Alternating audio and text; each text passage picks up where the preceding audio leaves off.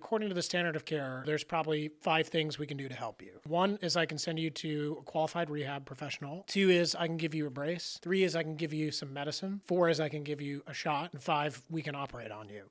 Okay. And a lot of the people I see are here because they're like, I don't want surgery, or someone told me I needed it. Do I really need it? Or I'll do anything to not have surgery, or it just depends, right? Yeah. But we see a lot of people who don't want to have the rehab time.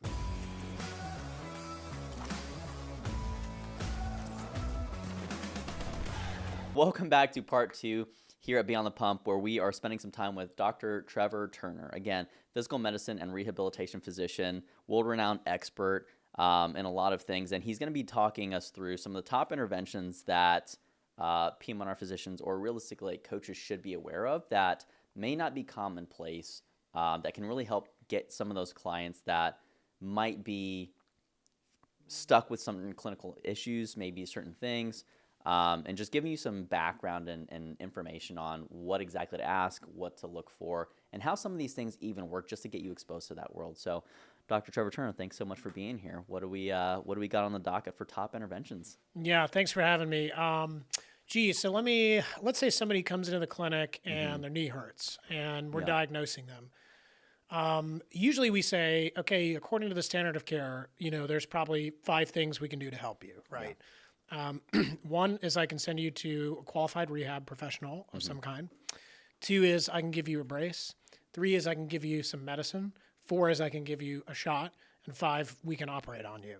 Okay. And a lot of the people I see are here because they're like, I don't want surgery, or someone told me I needed it. Do I really need it? Or, I'll do anything to not have surgery, or it just depends, right? Yeah. But we see a lot of people who don't want to have the rehab time. I would say in the last 5-10 years, there's been a much bigger push towards, okay, well, anti-inflammatories don't really help me very much. Is there another kind of medicine I can take? You can edit that part out, right? Yeah. Certainly and some people are using peptides now, which are technically, classes of medication, some of which are FDA approved, some of which are not. Oh, interesting. And a lot of people are using that for soft tissue recovery. And of course, there's a lot of regulatory complexity around that. Then as far as procedures go, I do procedures typically through a needle, occasionally with a micro drill, but usually for those, obviously, we would give somebody sedation. So there's a lot of patients who are like, I don't want any kind of anesthesia. So what can you do that doesn't require sedation? Or they'll say, I don't want to feel a thing or be awake. I want to be sedated for everything, and it's like, okay. And there's a balancing act, I think, there. But most of the time, if we're doing a procedure that is not a steroid injection, which I hate and almost never do anymore, because they don't help people for the long run, typically we're having discussions about, should we take something from you and give it back to you? And usually those things are either coming from your blood, and usually if that's the case, they're platelets, and that creates something called PRP, which is pretty, I think, well-known in the sports and athletic community now. And we've been doing PRP in the United States really since the 90s, but probably got big in the early 2000s. Then when people start looking at adult forms of stem cells, which we call MSCs, or mesenchymal stem cells, those are usually harvested from one of 2 places, either bone marrow, and there's a lot of very good data for bone marrow, although a lot of times if you're sitting in a room with a patient and you say, hey, I'm going to aspirate bone marrow, that's what they do, and then they say, I'm terrified of that, I don't want that. Or use a harvest that comes from adipose or fat. And we call that MFAT when we do it for microfragmented adipose tissue. A lot more data in the last 5 years in particular for the use of adipose-derived stem cells than there were in orthopedics before that. So we're seeing a much higher utilization of it. And frankly, most people, if I say, hey, I'm going to take some of your fat, they're like, well, take some extra while you're at it. It's like liposuction. Exactly. So it is technically a miniature liposuction procedure. But anyway, so all of those things meet the FDA's criteria, which basically is that, you can take those cells from the same person or a first-degree relative. You can do it within a 24-hour period. You have to use what's called homologous use, which is probably the most complicated part of the guideline, which kind of means like whatever cell you're taking has to perform the same sort of biological function in the place that you put it. Very easy argument to make with PRP because you have blood Yeah. basically everywhere. Bone marrow forms a lot of the support cells and cartilage and extracellular matrix everywhere. Fat is in a lot of places, but maybe not everywhere. So depending on the physician and their comfort level. And then the fourth or the last criteria is called minimal manipulation, right? So that means whatever we harvest, we can put it in a laboratory setting in a centrifuge that spins really fast, that uses gravity to separate things. We can throw away the things that we don't want. We can concentrate the things that we do want, but we can't like add things to it and chemically modify it and put other things in it because then it becomes an unlicensed drug, right? So everybody wants to be regulated like a physician in the practice of medicine and not like an unlicensed drug, right? So anyway, so those are kind of under the regenerative umbrella, really the things that in the United States meet, quote, compliance. There are people obviously out there using what are called allografts, which means they're getting something sent to the clinic from somebody. It's not from you. And that's different from an autograft, which is really what we do, where we can be very confident about the safety if we take something from you and give it back to you, right? Yeah. So, and then we've got, clinical trials and other things going on where people are doing, stem cell expansion where they grow it on a plate and then they give it back to somebody.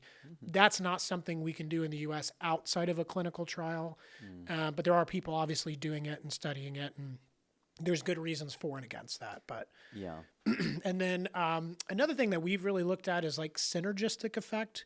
So a lot of people have said, okay, well, like I've done thousands of cases now with PRP. I'm really good at understanding who should get it, who should not get it, if they get it, how concentrated should it be, should it have white cells in it, should it not, should it be activated, should it be inactivated, blah, blah, blah. There's all these modifying factors, right?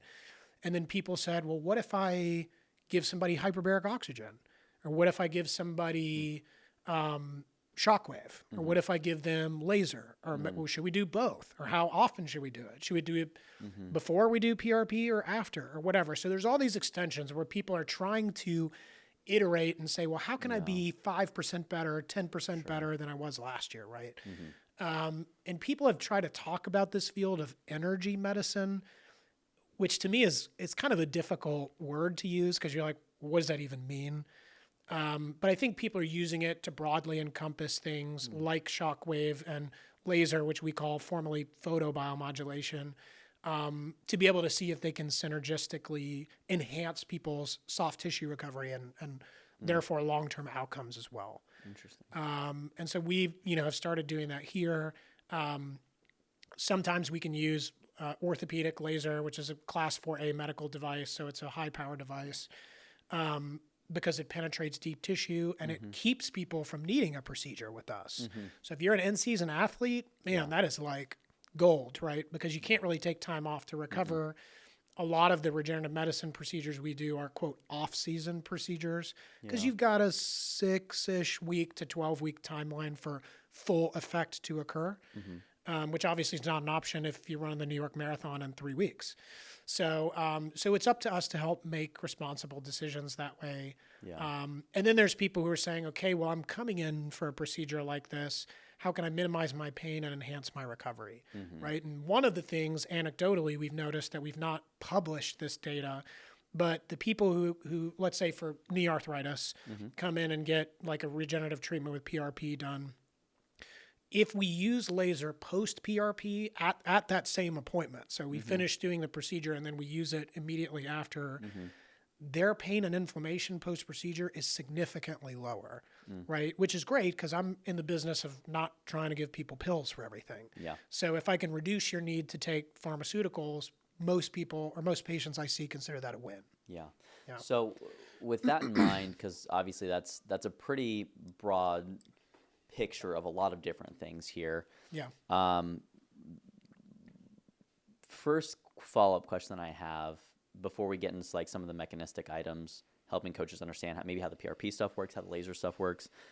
You mentioned the FDA criteria. Now, looking at that, understanding just very briefly like the legislation and stuff around that, does FDA criteria mean safe? Does it mean effective? Does it mean as on-label use, like what exactly does that promise the consumer if they're looking for that? Because you obviously mentioned the off-label uses of like peptides and compounding pharmacies and so on and so forth. So is that something that should be a large consideration for consumer? I think most consumers don't know about it, to be honest. I think most of them are like, I talked to my friend and they had a good experience here, so I'm going to go there. Because most of them are not reading peer-reviewed, validated research. Although I would say now with the advent of artificial intelligence, I have a lot of people using artificial intelligence tools that will come in and ask me very sophisticated questions to the point of like, what anesthetic are you going to use for my local anesthesia? Because I don't want it to compromise my PRP. And I was like, that's a great question. Like we always prefer to use ropivacaine, blah, blah, blah, blah, blah. So, I do think there is, on average, a smarter and more sophisticated patient now than there was even 15 years ago when I guess I started residency, 15 years ago. Which is really cool because I think when people know more, they're more bought into their outcomes, right? Yeah. I think one of the things that, has been a little frustrating for the group of regenerative medicine practitioners that are trying to kind of lead the field is you do have some people who are just either don't know the guidelines or they're blatantly disregarding them. And there's been some very high profile cases where people got really, really hurt. And in that case, the FTC and the FDA step in and then it becomes a big legal thing and whatever. But there are small people out there that are not on the radar of the FTC and they're doing stuff that's probably not that safe and they're not very good at it, right?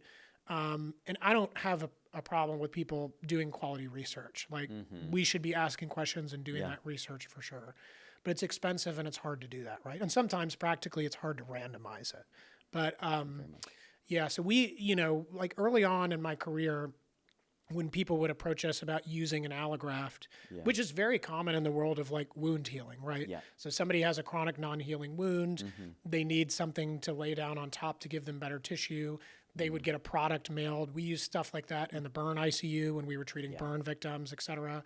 So that's not weird, right? But the weirdness becomes is when you say, this is a stem cell product, and then there's no living stem cells in it because it's been irradiated at the point of care, which is good. That radiation keeps you from getting a bloodborne pathogen, right? That's passed on with the tissue. But then if we say, can you send us a sample that we can send to an independent laboratory to see if any tissue grows out? And then if 0 stem cells grow out, you're like, hey, right? The other hard part about that is the thaw process sometimes. So you can take an allograft that has quantified cells in it that's frozen. You can rewarm it, basically, which you have to do before you would give it to a patient. And we're not doing this, but you lose vitality really, really quickly through that process, right? So then one of the things we try to quantify is not just the number of cells, which is part of it, but then how many of those cells are viable, right? And so both of those concepts are really important. Now, is the average person who hurts going to ask those questions when they go to the doctor? Probably not, but could they or should they? I would love that, right? Yeah. But it, it's expensive to measure and quantify everything. But to me, if we're going to take care of patients, we owe that to them, to make sure that you can be confident and that you're safe. Yeah. So it sounds like, and guys, if you're wondering, we'll put an AI, a ChatGPT prompt that you can use to start understanding some of this stuff and what questions to ask your provider. Great call out on that one. Definitely ramps a lot of that understanding process up. So then to kind of close the loop on this question, FDA criteria, essential, not essential? Well, essential if you want to be a physician that doesn't get your practice shut down. That's fair. But yeah, I think I'll give you an example.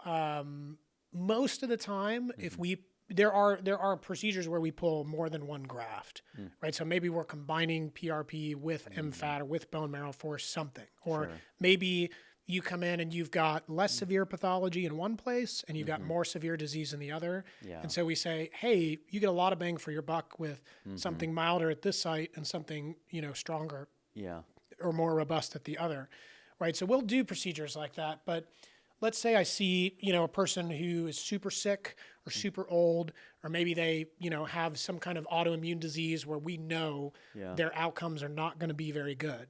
And maybe they've got 6 different things that need to be treated, or 7, or multiple layers of their spine. And then usually I'll say, listen, like if we help you, it's going to be come back every 90 days for, 3 very sophisticated procedures, blah, blah, blah. And some people may be like, you know what, like not really here for that. Right. And that's okay. I mean, I think that's fair. And so if patients then start looking and they say, okay, well, I can go to Panama or I can go to wherever, where should I go in the event that I want to get, culture expanded cells, right? Sure. Which probably does make a difference for the ultra sick, numerous site person that is not going to have a good quality graft anyways. Yeah. Most of the people that walk in our clinic are not like that, right? Yeah. And it's not because they don't hurt or they don't have severe disease. It's just that usually between 2 or 3 grafts, even with a multi-site procedure, Sure. we can usually take care of them and do very effective work without going to extremes, I would say. Got it. So it sounds like it's just more clinician dependent. Obviously, there are like legal protections that the U.S., whether they're politically motivated or not, obviously there's some of that goes in the background. But basically, the takeaway for coaches is you need to do your homework on, again, exactly what we mentioned in the end of the last episode, how to find a good provider. I think we said experience, education, collecting the outcomes. So if you haven't checked that episode out, make sure you go revisit that. Or can they email you if they have some questions? Definitely, I'd love that. I'm at tturner@pravita.com and have a great staff here too. So we love being collaborative with other experts in the space, and that's how our patients get better. So there we go. So if you don't know where to go, this is a great nexus for you to maybe start some of that exploration. But I will say that if you have the opportunity to go and use that ChatGPT prompt just to generate some good, meaningful questions that will help you understand what to ask, that's definitely going to be your first step in going and doing your own independent research. So you've mentioned now here, Dr. Turner, like the PRP, the MFAT, you've mentioned a couple of these different things. Which one of those is probably the most prevalent, and how does it generally work from someone that maybe hasn't taken an anatomy and physiology class? How does PRP and MFAT work, was your question? Yeah. Well, which of all the things that you've listed in the prior, which ones would you say are most prevalent? I would assume it's PRP. Definitely PRP. Okay. Yeah. And, the question is like, PRP is a growth factor procedure. It's not a stem cell procedure. Okay. Right? So what does that mean for like people that may not have, when people think stem cells, they're probably thinking like Christopher Reeves, like baby, kind of embryo, fetus kind of situation. Yeah. So let's say you fall and get hurt. And if you have an acute injury, your body sends a bunch of platelets to that site to form a plug. Okay. And that plug at that site then releases a milieu of growth factors. Okay. And we know a lot about 7 of them, let's say. And there's about 400 different proteins that exist in PRP. So in some sense, we're still kind of scratching the surface from a cell biology standpoint. Oh, wow. However, if you think about the fact that your immune system is sort of already doing this when you have an acute injury, we are more or less duplicating that, maybe with the only difference being that as we super concentrate those number of platelets down, depending on how sick you are, how old you are, what degree of injury you have, et cetera, we're kind of trying to supercharge that immune response, right? I see. And so I do think there's been a lot of debate like about how stem cells actually work. And I think in the beginning, the thought was differentiation, right? Which is this idea that, we put a stem cell in a place, let's say it's a place where you don't, you have a cartilage injury or you have arthritis, and the stem cell like turns into new cartilage. Well, turns out a lot of the time, if not most of the time, that's not what happens, right? And the reason I would say it's not what happens is because we do have some patients who would, let's say they'd get an MRI, and we do a procedure for them, and they would do great. Like their clinical outcome would be very, very good. They'd be very happy with their results. Now, if that's the case, their insurance usually doesn't cover the next MRI because they're like, well, you're not hurting. Why would we pay for it? Yeah. But some patients don't care, right? And they just want to see it, and they want to know to what degree we can see stuff with ultrasound. I love doing follow-up ultrasound, right? Because then we get data in the office, and we don't run into that problem. Yeah. But you will see people where not all of their pictures really look that much better, but yet they've improved dramatically, right? So there obviously is differences between structural disease, right? So obviously if you rip your ACL in half, structural problem, right? And then chemical or biochemical disease, right? So we know if you tear your ACL, a biochemical process starts in your knee and you accelerate the formation of osteoarthritis much, much more quickly, right? So in that person, maybe I don't need to try and put PRP in their ACL, even though we do that for partial tears, but not for full tears. But if we treat that person after surgery when they get their graft placed, we can significantly reduce or at least delay the amount of time to which osteoarthritis would begin in that same joint, right? So that's a sense where I'm like, okay, well, I'm helping you with the biochemical problem. Maybe I'm not helping you with the structural problem, right? Got it. So changing biology, I think, is a big part of it. Interactions with the immune system and immune response and signaling of the other cells that are sitting sort of quietly in the neighborhood that are just asleep, you know, and turning them on and waking them up to do more structural, you know, start doing structural repair really helps, right? Yeah.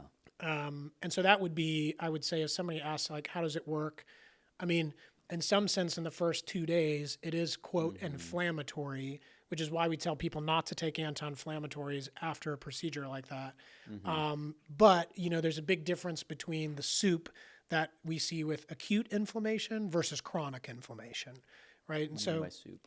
the soup, I was just trying to say, like the collection of chemicals that sits there, right? So if we put something through a chemical analyzer and it was acute versus chronic, you see totally different kinds of chemical release. Yeah, that makes a lot of sense. Yep.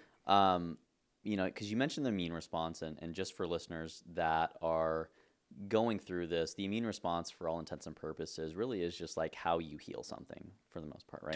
Totally. And so my understanding of PRP, and to kind of give that back, is you guys take some stuff out that's from, you know, different kinds of tissues. You generally blood, right? PRP from blood, yep. PRP, platelet-rich plasma. You got it. Okay, so PRP, take the blood sample, do some magic stuff in your lab, turn around, put it back in the damaged area, and then it helps start off kind of the healing process. And that lasts a couple days. And then on the back end of that, they should feel significantly better. More or less. Healing process starts in the first couple days and then changes and extends over the next like 12 weeks. Okay. Right. And that data originally came from basic science wound healing data. Yeah. But we kind of know after that first like kind of inflammatory phase, then we have a phase of proliferation and maturation. So it's like we're laying down temporary collagen, which is good. That's better than disease and no collagen. Then it's being turned over and replaced by more permanent collagen. That's structurally a better tissue, especially for somebody who's going to jump and cut and land and you know, go back to high performance. So So it really sets like a framework lattice that everything else kind of builds on. All right, that's amazing. So we're going to go ahead and take a pause here for a second. Oh, okay. What time is it? So we can go ahead and wrap this up. Okay. We're going to wrap it. I mean, and there's so much stuff that we probably should do multiple segments. Man, I'd love to. This is fun. Yeah, it's a good time. Yeah. Okay. Can we? Is it good? Okay, cool. I got you. All right. So, you know, obviously there's a dearth of great information, great therapeutics out here. This barely scratches the surface. And so, again, we'll put your email address in the contact information below. I think that that's a really great start for coaches to start to understand that there are a lot of other methodologies that exist that can really help patient and client outcomes really go and expedite themselves from point A to point B, which is when we think about the nature of being a professional in general, the idea is we want to cut down on the trial and error and the learning curve and the frustrations that go along with that on behalf of the patient or the client, which is how we have jobs. Sure. And so if you have any of those questions, comments, concerns, again, like we would love to hear from you. Again, Dr. Trevor Turner here at Provita Health in Atlanta. Beautiful facility. We'll have some B-roll shots for you guys to get some of the backdrop here and really just we really hope to have you on for subsequent segments where we get to talk maybe a little more in depth on some of these other things we've mentioned. I think MFAT would be a great one next. But all that to say, do you have any closing remarks, anything that you want people to think about, these health coaches that are looking for these clinical partners that, would have clients that would greatly benefit from something like this? Oh, just thank you so much for having me. And, we admire what you guys are doing with the podcast and how you're bringing people together who can leverage collective expertise to raise the bar for everybody, right? So we're only as good as physicians as the rehab team and the performance team, because if we do a procedure like 100 times and we did it great every single time, not everybody's going to get better unless they have an outstanding plan to get back to sport afterwards. So, so we're thankful for your involvement and for the great people that you work with and know. Well, thanks so much, Dr. Turner. All right, guys. So thanks again for being here at the Beyond the Pump podcast, where we talk about the business of fitness and nutrition, and we'll see you guys in the next one.